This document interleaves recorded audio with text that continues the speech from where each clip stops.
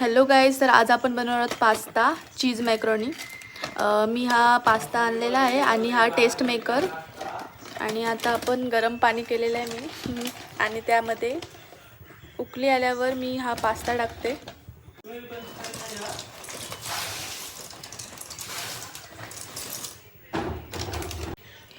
Taste maker टाका.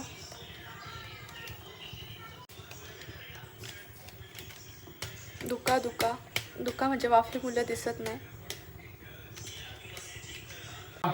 2 मिनिटात नाही, 5 मिनिटामध्ये पास्ता रेडी झालाय. आता याच्यात आपण चीज टाकूया. डन.